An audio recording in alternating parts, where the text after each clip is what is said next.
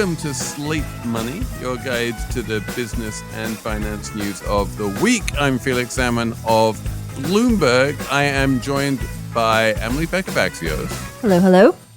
Elizabeth Spires of various places, apparently including the George Soros-founded The Nation. Yeah, news to me, but hello. At least according to J.D. Vance, who we can trust because he's the vice president of the United States. And very, very special guest, Neil Irwin of Axios. Neil, welcome. Thanks, Felix. You are the resident Axios Fed watcher, and this week we had one of the biggest, most closely watched Fed meetings in a very long time. So you're going to try and tell us what happened and what didn't happen, interestingly enough. But not only are you a Fed watcher, you are also a close watcher of rewards cards, and we had some big news out from Amex following big news out from JP Morgan Chase, I guess, a few weeks ago. So we're going to talk about what's happening at the top end of the reward card spectrum. We also need to talk about Publishers Clearinghouse, I think. Oh, and annuities. Yes. I cannot wait for this. Emily is totally into this. Somehow, like, Elizabeth and I have a favorite subject, which is Labubus, and this doesn't even make the top three, but worry not, this is going to make it into the Slate Plus segment, so you need to listen to that. In any case, it is all coming up on Slate Money.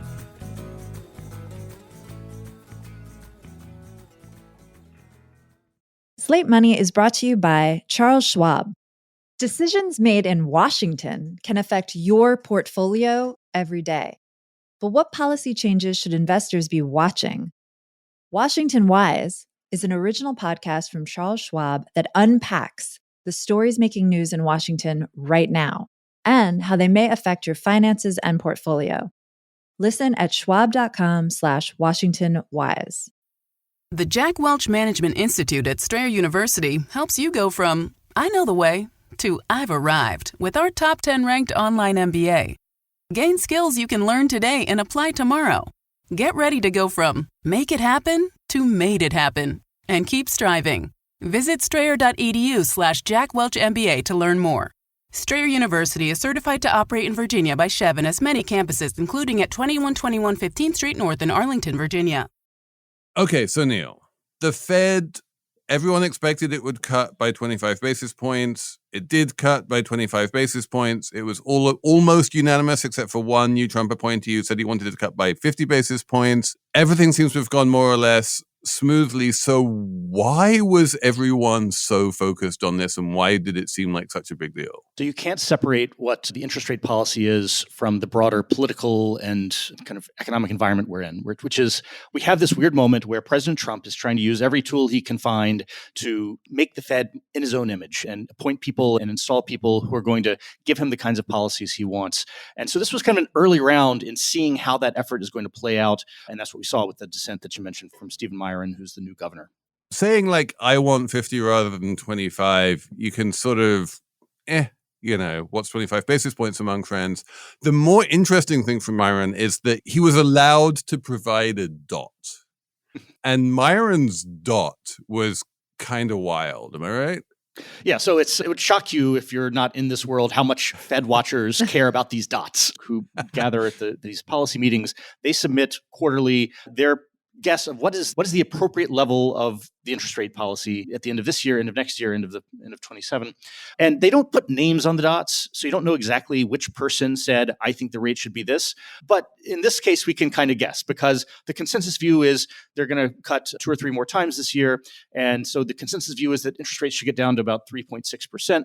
But there was one new dot that was down at 2.875%, so 2.9%. And so it doesn't take a rocket scientist to judge that the guy who was confirmed on Monday night and started the meeting Tuesday morning, that the new guy was the one with this outlier dot, Stephen Meyer again. And so he seems to want a radically lower interest rate than the rest of the Federal Reserve Policy Committee. So Neil, why did they cut rates by 0.25 percentage points? Is the economy bad? Should we be worried? So I think that the overwhelming driver is that the labor market is showing serious cracks right now. Last two reports have shown very weak job growth over the summer. You see some other kind of peripheral evidence that the job market's softening. Wage growth is on the low side. Unemployment rate's still low. It's only ticked up a little bit. But it's kind of like if you follow baseball, the peripheral indicators of how a pitcher is doing. All the kind of subtler indicators of the underlying health of the job market are not looking great. And so the Fed wants to try and get ahead of that by cutting interest rates. So there's been some speculation that Trump might, go ahead and announce who he wants to succeed Jay Powell, and that person would become a de facto kind of shadow Fed chair. Myron has already booked CNBC appearance this morning. We tape on Fridays to talk about his thoughts about where, the rates should be long term. Is that going to have a similar effect, especially if he's diverging significantly from the rest of the Board of Governors? I think so. Even, we don't know if Myron gets a serious look to be the next chairman, but we do know that his mindset and his philosophy is what the president wants, which is somebody who's going to be kind of in line with what the White House wants, which is much lower interest rates. It's hard to overstate how unusual this is. I've been covering the Federal Reserve for 20 years. And normally when somebody's a new governor or a new bank president, they just lay low for the first few months. They learn the building, they learn the kind of norms and everything, and don't give any big speeches. Myron confirmed Monday night in the meeting Tuesday morning, dissented at his first meeting. He has 2 TV appearances scheduled on Friday. He has a speech scheduled at the Economic Club of New York on Monday. To do 3 public appearances within a few days of being confirmed is not the way this organization usually works. But look, that's what Trump wants. Trump wants somebody who's going to shake it up. Myron is coming in hot, which is absolutely Trumpy. And we have seen this in a million different other agencies and from Trump appointees across the board. He has not generally been included on the short list of people that Trump is reportedly looking at. One person who is included on the short list is Waller, who was also a voting member of the FOMC and who voted for 25 and seems to be sort of coming in cold here. Yeah, look, if you believe in an independent central bank and that these officials should not have the president telling them what to do day to day, there was some good news out of this meeting, which is that both Waller and Michelle Bowman, who was another governor who was appointed by Trump and elevated to being in charge of regulation earlier this year, they both stuck with the program and stuck with 25 basis points. So that's a sign that they are willing to, even though they're both considered candidates to be the next chair, neither of them kind of gave the president what he wants in this meeting the way Myron did. And so, that's a sign that maybe they aren't, if there is, let's say neither of them gets the big job, but somebody like Myron does come in and try and radically cut rates, it's a sign they're not ready to go along with that. The other big wild card right now is obviously Lisa Cook. And this week, the Trump administration appealed the latest court ruling, keeping her on the Fed board all the way to the Supreme Court. That seems like that could really shift things. If the court rules in favor of the administration, Lisa Cook does get fired for doing this mortgage fraud thing, which apparently everyone from Scott Bessent to everyone in Bill Pulte's family has also done. Also, to be clear, it's not mortgage fraud. Right. So, I mean, how are people thinking about that? If she does get fired, then Trump is going to have 2 people there to do his bidding. So there's already the 3 now Trump appointees on the board, Waller, Bowman, and now Steve Myron. If Lisa Cook is successfully fired, that's a 4th slot. So that's 4 out of 7 governors. And that suddenly opens up a lot of power to run the organization, including potentially firing or not renewing the terms of the 12 presidents of reserve banks, controlling the budget, controlling the staff, stuff like that. And then there's the chairmanship. Powell's term as chair is up in May. Now, if he wants, Powell can stick around as a governor for another 2 years, I believe, and kind of occupy the seat and prevent the president from filling that seat. That would not be how it's worked historically, but that is an option Powell has, and he has pointedly not ruled that out, which is a sign he's not going to just hand the keys of this organization to anybody. My sort of gut feeling here is that this whole thing is much more binary than people, I think, give it credit for. That either the Fed loses independence, becomes completely politicized, basically becomes much more like the Supreme Court. As you say, if Trump succeeds in firing Cook, gets a majority of the governors, they then can basically veto and control which presidents get involved. And at that point, Trump basically controls the Fed. On the other hand, if the Supreme Court finds in favor of Cook, and if people like Mickey Bowman continue to act more like technocrats than as Trump lackeys, then we had tensions between the Fed and Trump all through his first term. There will be tensions all through his second term, but we will still have an independent Fed. Like, I feel like those are the only two options. Or do you think there's like a kind of, am I wrong about that? Look, I think there's truth to what you say, but I don't think it's quite that binary. So you can imagine a world where Trump has Myron, Trump has somebody in the Cook slot and or the Powell slot, and then to have a majority, they have Bowman and Waller. So then Bowman and Waller are the kind of constraints on how much radical remaking of the organization happens. And so, maybe they do want to fire a few of the Reserve Bank presidents. I don't know. Maybe there is some change, but they would presumably, I know Waller pretty well. You presumably want credible, serious people, even if there are some changes. And this is not a safe assumption when you're talking about Trump. Yeah, I mean, look, this is a source of democratic accountability for this organization. Like, presidents appoint governors, and over time, they often end up with the majority of the board. There's a reason the board is a majority Biden appointees right now. So if you think there are flaws, there's groupthink, there are some ways in which the Fed has not performed well, which is the Trump administration's view, then this is the method of accountability. The question is, do they replace any changes in the personnel with credible, serious economists who just view things a little differently than the old regime, or do they put in a bunch of partisan hacks? And that's what we don't know. And this is the really big overarching conversation, which I don't want to spend too much time on, but it's definitely something we wanted to ask you, which is Federal Reserve independence is this shibboleth that all right-thinking people agree with on both sides of the aisle. But yet that is also just this sort of cornerstone of neoliberalism.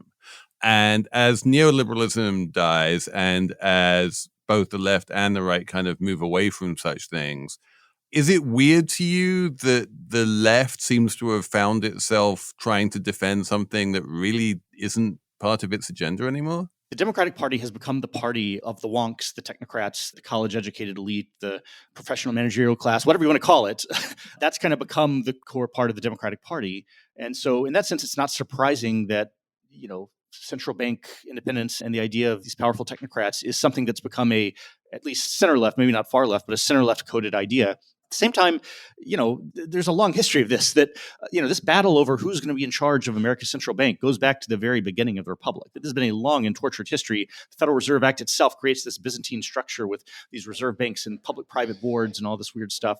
We talk about this as Trump versus the Fed. It's really Trump versus Congress in important ways. Congress set up this institution with 14-year staggered terms and this, again, very complex system as a series of compromises. And to the degree Trump is trying to take unilateral control of it, that's undermining what Congress set up 100 years ago when they passed the Federal Reserve Act. Well, if it's Trump versus Congress, we know who's going to lose that one.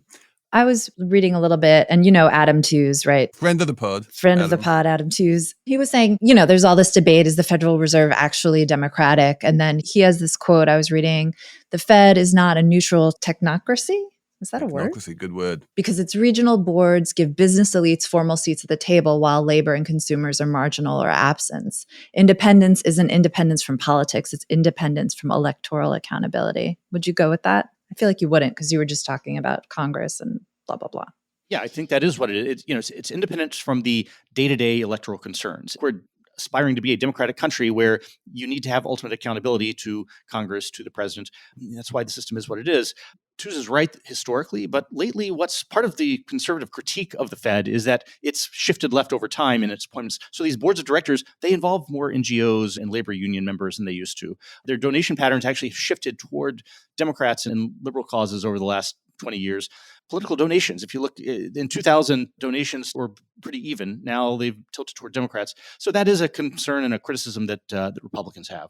Finally, I just want to ask about this wonderful new meme that has infected the White House, which I love, which is they've dug up ancient founding documents and discovered a third mandate. Like the famous dual mandate of the Fed, where you want like high employment and low inflation, has now they've discovered there's a third mandate, which is low long-term interest rates. And it really interests me that they are pushing this discovery, because it strikes me, at least intuitively, that, you have this tension between the inflation and the employment, which has always been there. If you add in a third mandate for low long-term interest rates, what that really means is low long-term inflation expectations. And it basically gives inflation the upper hand out of those two. And it would kind of intuitively to me mean that the central bank should be more hawkish rather than more dovish. And obviously, Trump is very dovish and always wants massive rate cuts. So, can you square that circle for me? I think we've heard since the beginning of this administration, they want lower mortgage rates, lower long-term interest rates. And what they don't seem to believe is what you just said, which is that the way you achieve that is by anchoring inflation expectations. And if bond investors think inflation will be low and their bonds won't be inflated away, they're more likely to accept a low rate. They want to do this through other means than those means. So that's why you hear them talk about all the revenue being raised by tariffs, right? So that's helping the fiscal picture because all this money's coming in. That's why they talk about bank regulatory things to encourage banks to buy more treasury bonds. And I think that's what we might see. So what you're referring to is Stephen Myron in his confirmation hearing mentioned the full language of the statute, which is that Congress assigned Fed stable prices, maximum employment, and moderate long-term interest rates. And just by mentioning that third clause, it got everybody's attention. Is this really coming from a place of kind of principled understanding of what should be happening here? Or is this solely a function of maybe Occam's razor, the fact that Trump is a commercial real estate guy and thinks that we should always be in a ZIRP environment? I think that's mainly it. The president wants cheap money. The president wants low rates. It's his entire kind of philosophy. And then there's kind of intellectual retconning of how to make a more sophisticated, nuanced case for why that's a good thing economically. Can I ask one more question? We're never going to get onto these credit cards, Emily. Well, I just want to lay out the stakes and why people would care more broadly if the Fed loses its independence and, starts cutting rates the way Trump wants. Are we going to become Turkey? Is it going to be okay? What could happen? Let's say they end up with a majority and they replace some of the Reserve Bank presidents and they really do go full Trump and cut rates to 2.5% at an environment where the economy is still decent and there's not a recession or a real case for it. The risk is that, we already have had 4 or 5 straight years of too high inflation. The risk is we have another 5+ years. If there's a risk that suddenly long-term interest rates go up, consumer behavior changes, there's more cost of living adjustments, there's the kind of 1970s inflationary spiral that we saw. That's the risk if they really set an inappropriate interest rate policy for the economic environment we're in. And to Neil's point, I think if you do see that effect at the long end of the curve, if all interest rates, including mortgage rates, go up rather than down, which is, to Elizabeth's point, the exact opposite of what Trump wants, then that raises the risk of all manner of financial shenanigans and financial repression in an attempt to do what Neil said, which is to bring long-term rates down by force if the markets won't bring them there voluntarily, as it were. And they think much more wide open and really creatively about these issues than I think the traditional central bank people do. So, Myron wrote this paper last year where he's calling for basically strong-arming other countries into buying more treasuries and resetting the terms of their debt. I mean, that's stuff that normal economists don't talk about, but they have kind of a wide open playing field. I was just in a little seminar last week about what was termed one big beautiful default. If Trump wanted to just default on all foreign holders of treasury bonds. Anyway, we're not going to go into that. It's really like the nerd's last stand here, with the Federal Reserve. That's how I think of it. It's like they kick the experts. I think it is because the nerds have left SCOTUS. The only place they're left is in the hallowed halls of the $5 billion Federal Reserve. I mean, they've all left the federal government. There's hundreds of thousands of people gone now, scientists, experts, whatnot. They're all just left at the Federal Reserve, waiting on the Supreme Court's word there. In the immortal words of Michael Gove during the Brexit debate, I think we've had enough of experts, Emily. Well, that went well, so...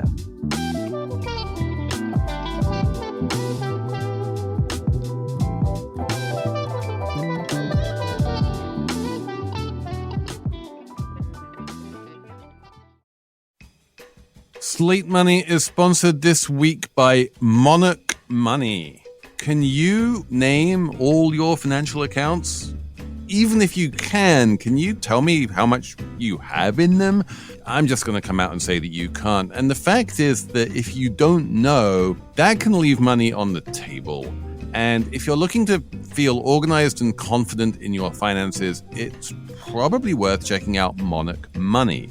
Monarch Money is an all-in-one personal finance tool which brings your entire financial life together in one clean interface on your laptop or your phone. And right now, since you're a Slate Money listener, Monarch is going to give you 50% off your first year.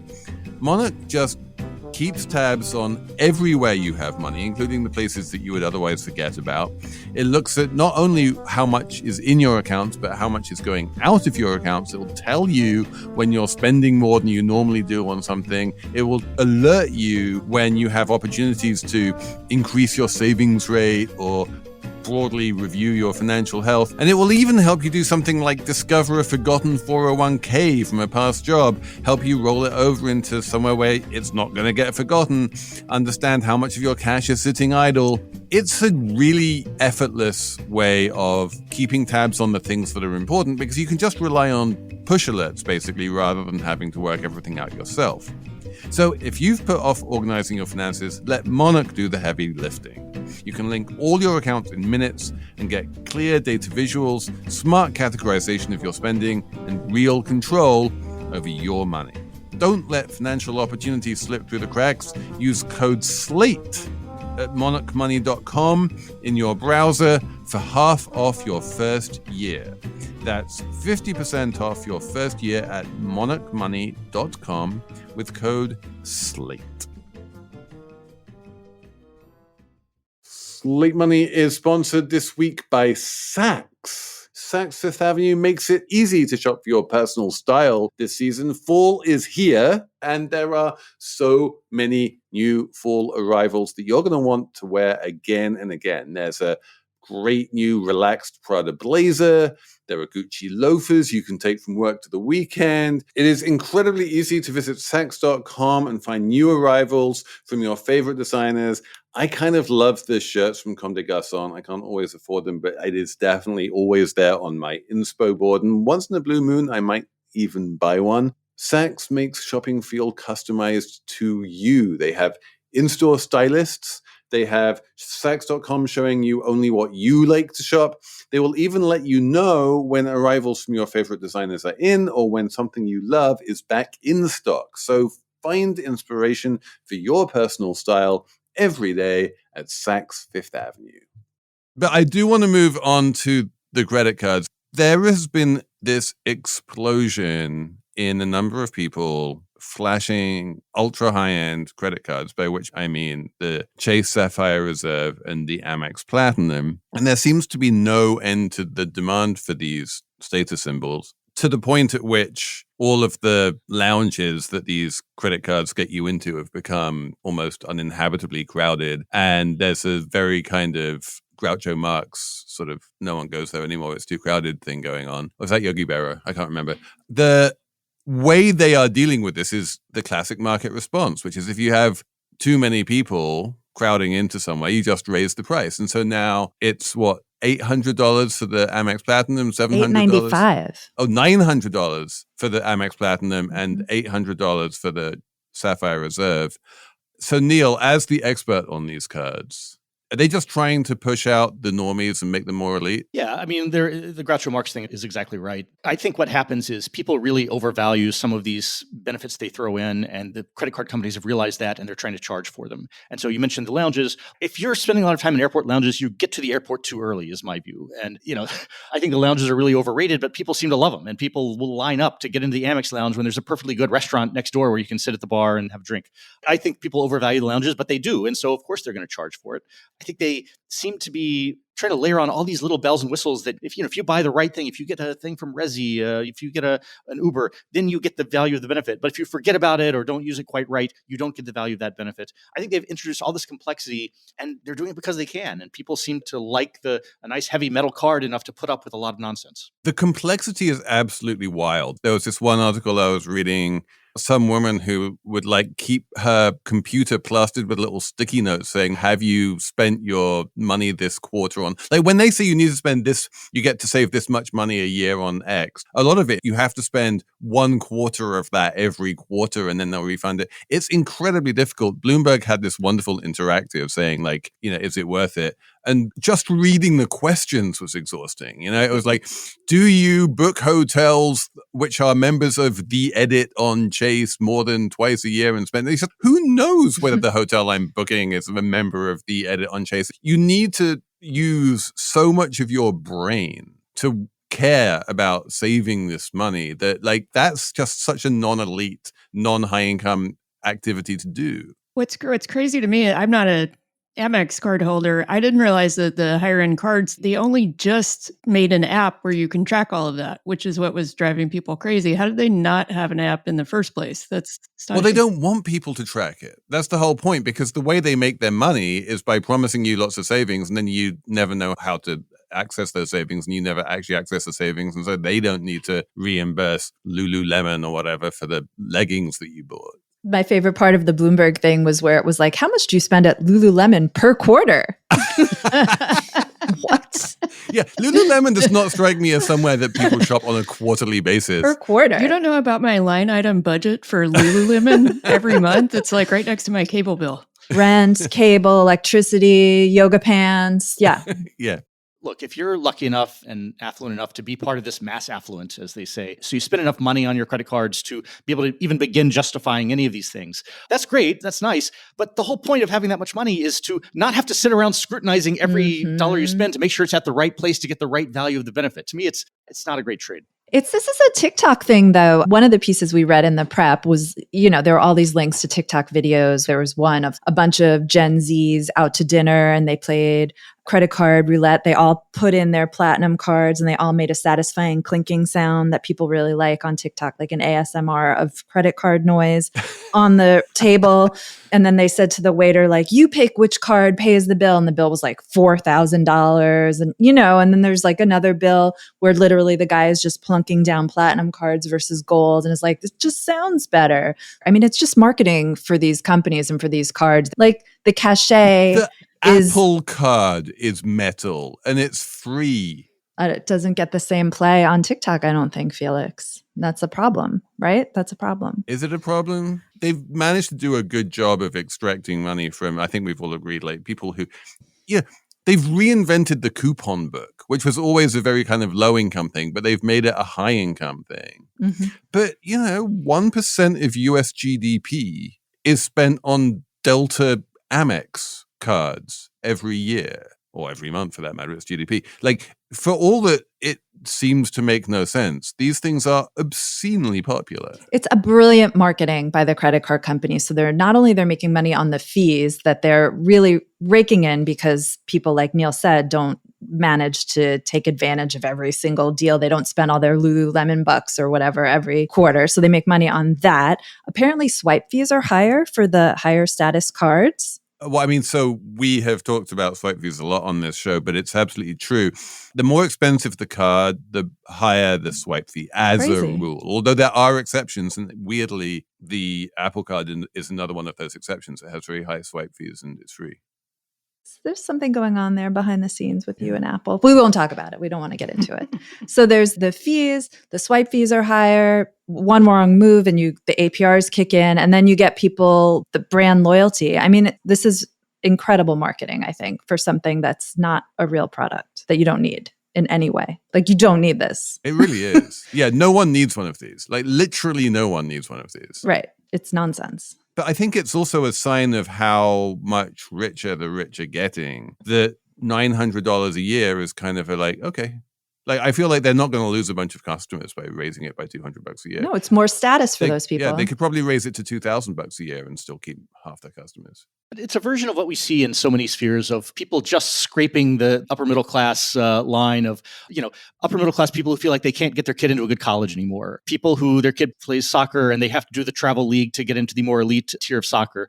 Everybody's kind of scraping to get quite into that next tier, and there's not enough room for everybody. And we see that with airport lounges and credit cards and everything else in American society. It's all positional goods. If you want to get rich in America, just start selling positional goods.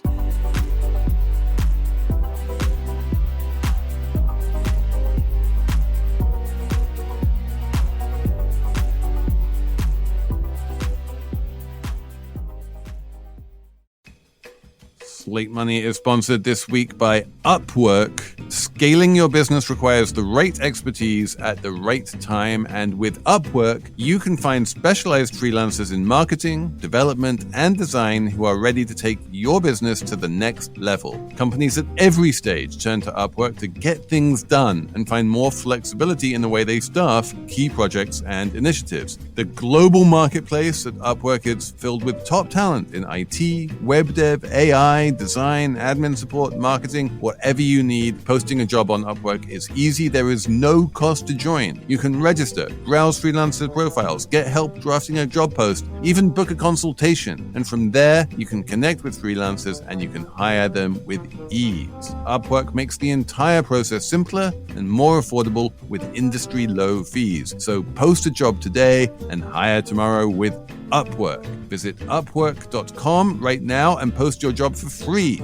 That is Upwork.com to post your job for free and connect with top talent ready to help your business grow. That's Upwork.com, Upwork.com.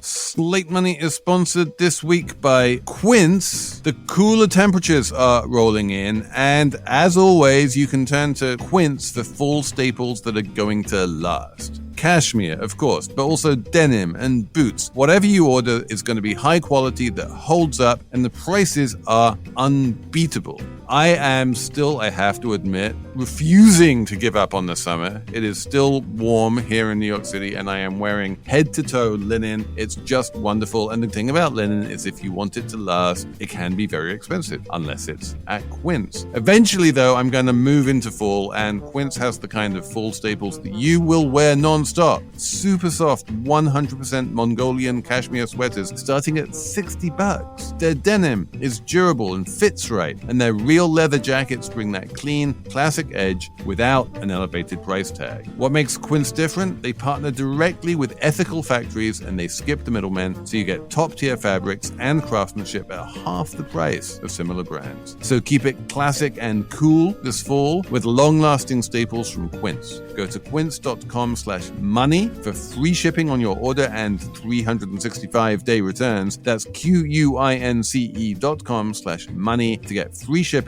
and 365-day returns. Quince.com/money. But if you want to be comfortable in America, like not super rich, not like never need to worry about money, but like really comfortable in America, the best way to do that has historically been to win the Publishers Clearinghouse sweepstakes.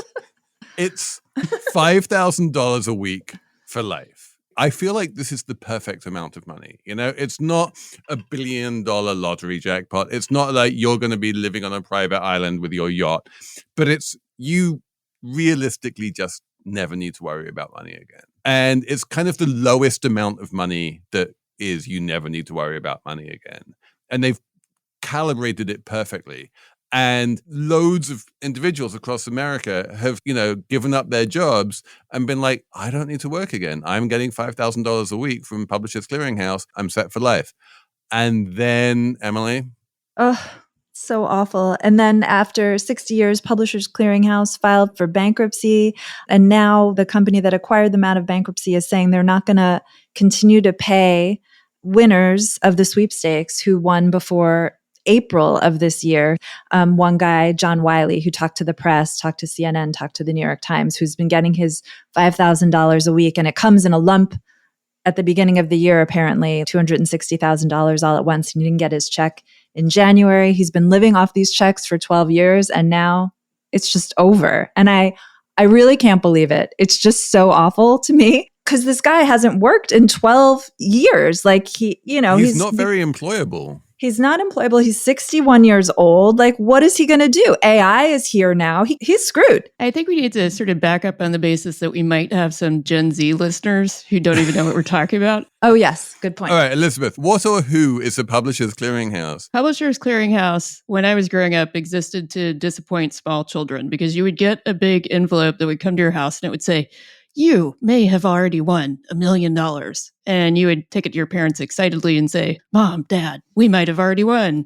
And this would happen probably once a month, and then you never win. But the business model was that they used it to sell magazine subscriptions, which sort of explains part of the reason why they're going into bankruptcy. And that was a core piece of revenue. So you would get these packages. The inducement that you might have won would cause you to open them. And then you would think, oh, yes, I do need 10 magazines all at once. And so that model just doesn't work anymore. But they were mostly known because they had a prize patrol that would come to your house with a camera crew and a bunch of balloons and an oversized check and knock on your door and say, you are the new Publishers Clearinghouse winner, and people would see this and get excited. That's the background for this. So let me introduce a term to this, which is what this poor guy is learning about is something called counterparty risk, and which was a key part of the 2008 financial crisis, which is a type of risk we take that whoever you're doing business with can't give you what they owe you. It applies in lots of different areas. So in the financial crisis, the situation was, why did the government bail out AIG, the big insurance company? Because they were afraid that if AIG went bankrupt, all its counterparties, which involves every insurance customer, all kinds of customers all over the world, would no longer trust that they would be, have the value of their insurance. And that was a big risk. So, Neil, what you're saying is that the $5,000 enough clearly wasn't quite big enough for these winners to be able to afford a financial advisor who could point them in the direction of credit default swaps on Publishers Clearinghouse that would have hedged that counterparty risk. That would have been an amazing trade. Well, apparently they used to buy prepaid annuities. Why did they stop doing that? Well, to ask the question is to answer it, Elizabeth. But maybe it's not the perfect amount of money, Felix, to get back to your original proposition, because clearly this guy and the other winners that they spoke to who are now don't have enough money or, their income's cut off, they haven't prepared for this scenario. So my question is, if you win some kind of sweepstakes or lottery that's like a monthly payment or an annual payment, what are the steps you need to take to protect yourself from the counterparty risk? Assuming that you don't have access to credit default swaps on Publishers Clearinghouse. Assuming so. I mean, there is a market in these things, right? Like, I think that 12 years ago, it would have been possible for your man to find some kind of a financial institution that would buy those future cash flows off him for, $2 million or something, and then he could put the $2 million in an index fund, and then he'd just be a normal rich person. But there's something nice about just getting that check every year, I mean, I got to say, if I ever win the Powerball, yes, one of the hard questions I'm going to be asking my financial advisor I hire is in deciding between the lump sum and the cash flow. All right, what is the counterparty risk there? It's not a hard question, Neil. This is absolutely fascinating to me. I think it's been 16 years since anyone chose the income. Everyone always chooses the lump sum. Like, it's not even close. And partly that's because people appreciate that they have mortality risk, right? If you choose, so much a year for 30 years and then you die after 10 years, it's like, well, fat lot of good those other 20 years worth of income is doing me. So they want all of the money now. But it's also just because the way it's structured is like the most conservative possible investment. It's all in treasury bonds, and every single financial advisor will be like, well, we can do better than that. So that's what they do. So always take the lump sum. There are very weird if you're young and healthy and risk averse and believe that income tax is more likely to go down rather than up, then it's like there's a few kind of very weird corner solutions where like it might be possible to come up with a way why someone would prefer the income, but it's rare. Just add one more thing, which is, we're all taking on these kinds of risks more often in our day-to-day life than you might realize. If you have a gift certificate to a store, you are ultimately an unsecured creditor of that company. You might not think of yourself as a creditor, but that's exactly what you are. And if that store goes bankrupt, your gift certificate is either worthless or you're somewhere down in the stack of claimants to get your money back. So it matters a lot when it's a $250,000 a year annuity for life. That's a life-changing kind of situation. But we're routinely exposed to companies we do business with, whether you know it or not. Also, Publishers Clearinghouse is going to go on. And I thought, who would ever trust them again? Then I realized it's a free sweepstakes. There's no it's fine. It's not like AIG, right? We don't have to choose to spend any money or take out insurance from Publishers Clearinghouse sweepstakes. We can still put our name in the hat, and perhaps someone will show up at the door with a big check.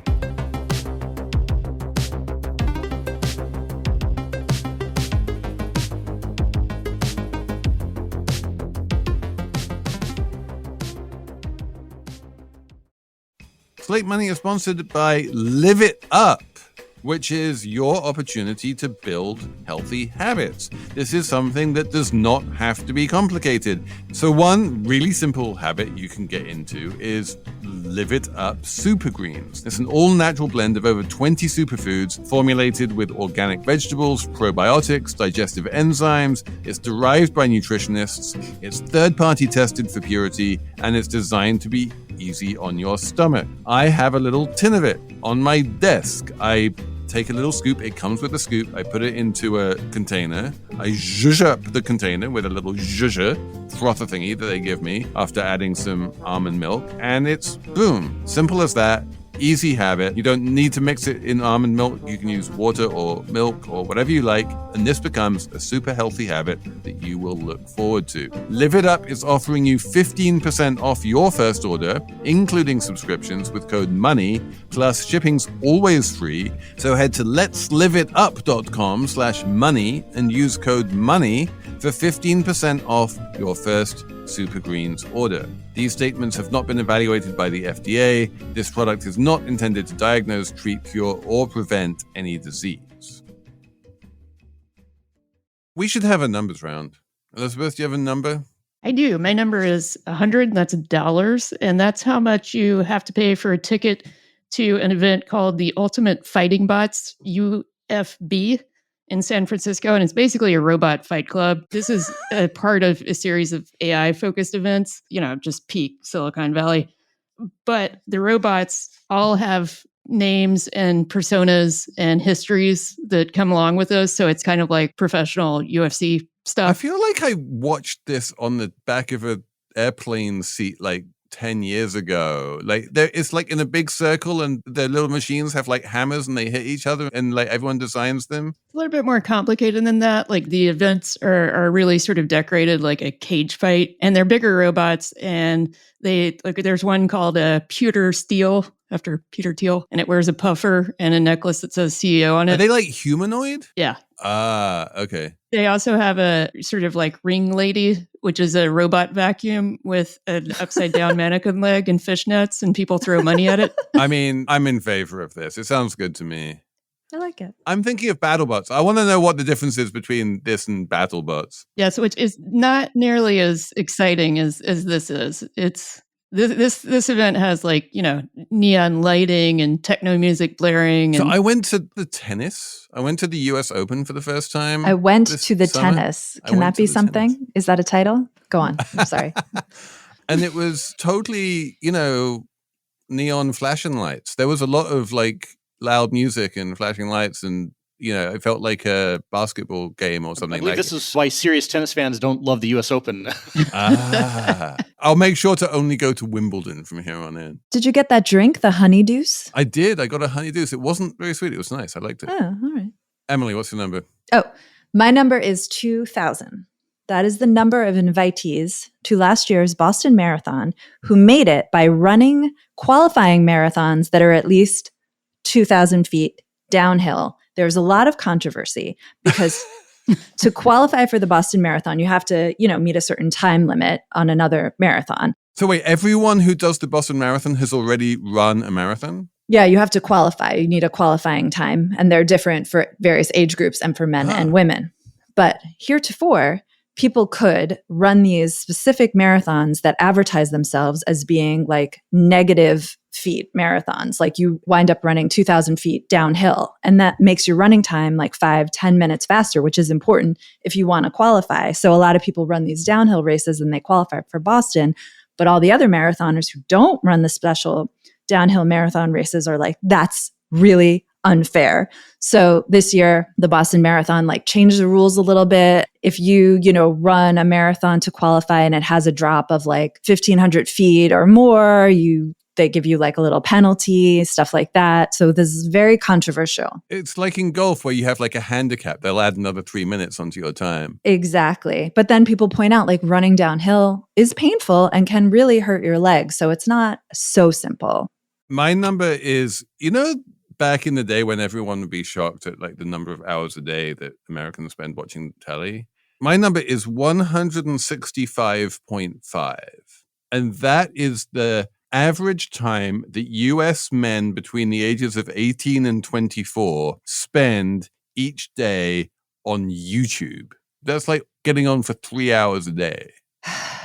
On average. That seems bad. And you know that a lot of US men aged between 18 and 24 spend 0 minutes a day on YouTube. So that means there's a whole bunch of them spending 6 or 7 hours a day on YouTube. What? It's wild. How much of it is like podcasts that people just have on in the background? Yeah. I'm sure it's all very intellectually worthy material, Elizabeth. I wasn't suggesting that. What about women? Do you know the number for women? Yeah, it's over an hour less.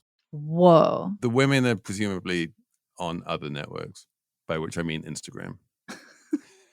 Neil, what's your number? I had two numbers to close this up where we started with the Federal Reserve. 2.875. That is the interest rate that Stephen Myron, the new governor, thinks ought to be the interest rate by the end of this year, we assume. And the other number is 3, which is the number of public appearances Myron is doing in his first week on the job, which is something. Stephen Myron, man, like he's blowing up the Federal Reserve conventions. How dare he? Neil Owen, thanks so much for being on. It's been so great having you. We love you on the show. Thanks also to Jessamine, Molli, and Cheyna Roth and Merritt Jacob for producing this. And thank you, all wonderful listeners, for emailing us on slatemoney@slate.com. We couldn't do it without you. Thanks especially to the Slate Plus crew who gets to listen to me and Elizabeth arguing about Labubus this week. I have some extra news for you too, which is that if you want to listen to me and Elizabeth talking about Labubus, which you should because you need to know about Labubus and why they encapsulate 2025 in the way they do, you can get an Apple exclusive 2-week-long extended free trial of Slate Plus. If you just press try free at the top of the Slate Money show page in Apple Podcasts, you get it for free for 2 weeks. And you get to listen to all of the Slate Plus content across all of the different podcasts, not to mention all of the other Slate Plus content on the web. If you're not an Apple listener, that's okay. You can visit slate.com/moneyplus to get access wherever you listen. The Labubu episode is available for your immediate consumption right now. And we will be back next week with more Slate Money.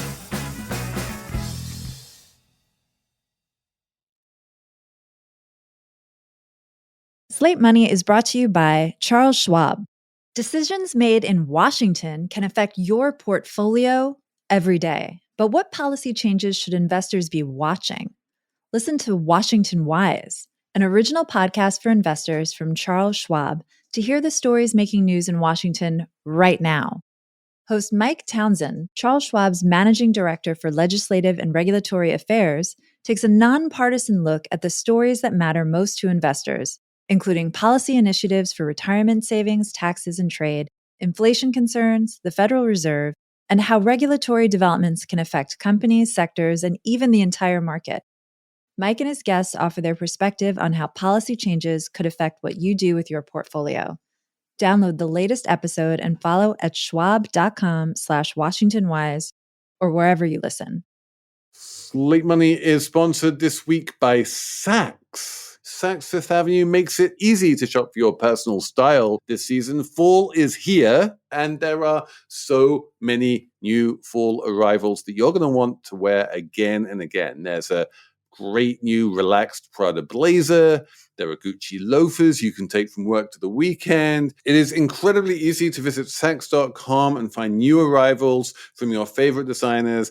I kind of love the shirts from Comme des Garçons. I can't always afford them, but it is definitely always there on my inspo board. And once in a blue moon, I might even buy one. Saks makes shopping feel customized to you. They have in-store stylists. They have Saks.com showing you only what you like to shop. They will even let you know when arrivals from your favorite designers are in or when something you love is back in stock. So find inspiration for your personal style every day at Saks Fifth Avenue.